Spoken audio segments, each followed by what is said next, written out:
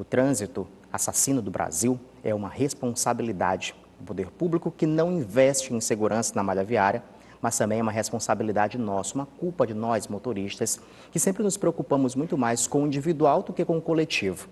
A reportagem de Sol Lago, que abre essa edição, mostra o que podemos fazer para abrir o sinal de alerta contra essa violência. Estamos no mês da conscientização sobre a prevenção de acidentes de trânsito. Na maioria dos casos, os acidentes são provocados pela imprudência no trânsito. Os dados do Detran mostram a quantidade de infrações em 2015.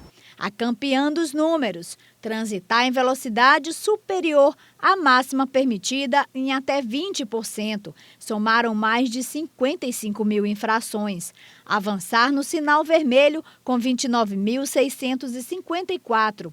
Usar o celular enquanto dirige e dirigir sob influência de álcool. O mais assustador é a comparação dos números deste ano. Em todo o ano de 2015, as ocorrências somaram 18.366 e só o mês de janeiro deste ano já registrou mais da metade desse valor. Mais triste ainda quando os números são transformados em histórias. Famílias que perderam entes queridos por causa da falta de conscientização de motoristas. É o caso do professor Ubiraci, que perdeu um filho e a cunhada em um acidente de trânsito na Avenida Litorânea em 2011. O motorista responsável pelo atropelamento apresentava claros sinais de embriaguez. Desde a época até hoje, o professor busca justiça.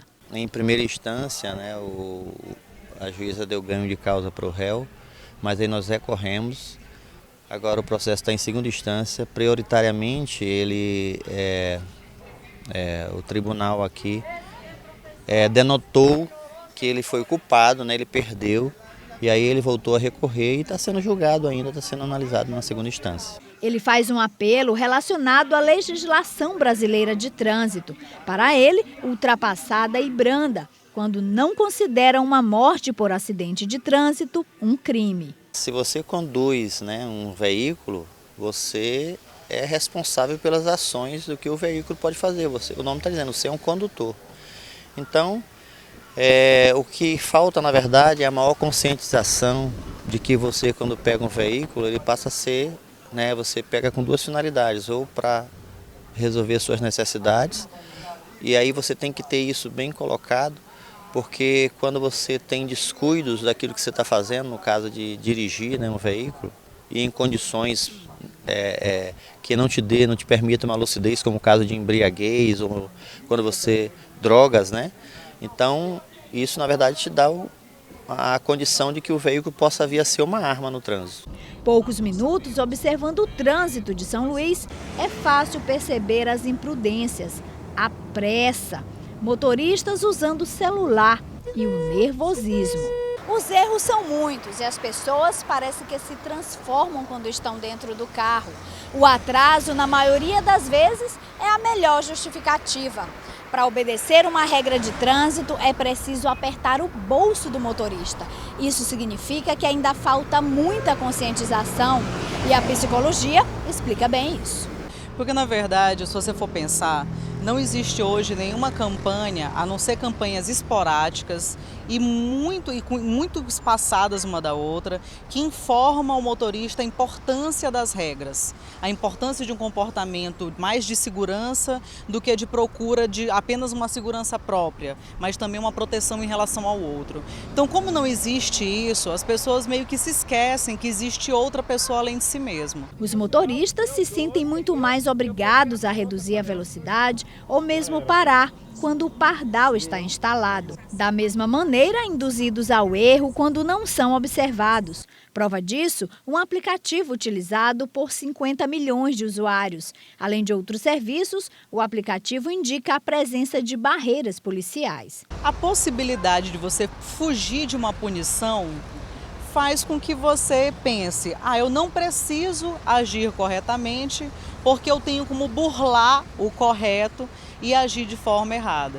Então, a maioria das pessoas, por não ter essa consciência do outro, essa consciência da importância das leis de trânsito, da importância da redução de velocidade, a gente vê vários redutores.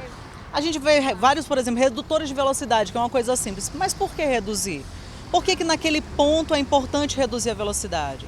Ah, mas eu bebo e eu não fico tão bêbado, eu consigo dirigir. Inclusive, meus reflexos ficam mais rápidos quando eu bebo. Eu já escutei isso e para mim foi um absurdo escutar. A gente sabe que a bebida alcoólica limita a percepção, limita os reflexos, limita a tua colaboração até com o outro. Você fica um pouco mais autocentrado, você faz as coisas sem pensar muito, né? Porque é simplesmente uma questão de ação e reação.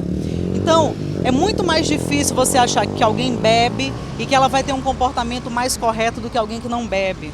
A direção do Detran explica que o aplicativo não atrapalha o trabalho das blitz, que são de fiscalização e também educativas. Além disso, ela chama atenção para um cuidado que deve ser priorizado, a regularidade. As nossas blitz, elas são feitas com dupla finalidade. A primeira é a finalidade realmente de fiscalização, porque precisamos que as pessoas e os veículos trafeguem de forma regular nas vias públicas. E é o seguinte, a outra função é exatamente a função educativa. Então, nós sempre agregamos o policiamento da Polícia Rodoviária Estadual à parte da coordenação de educação para o trânsito do Detran Maranhão.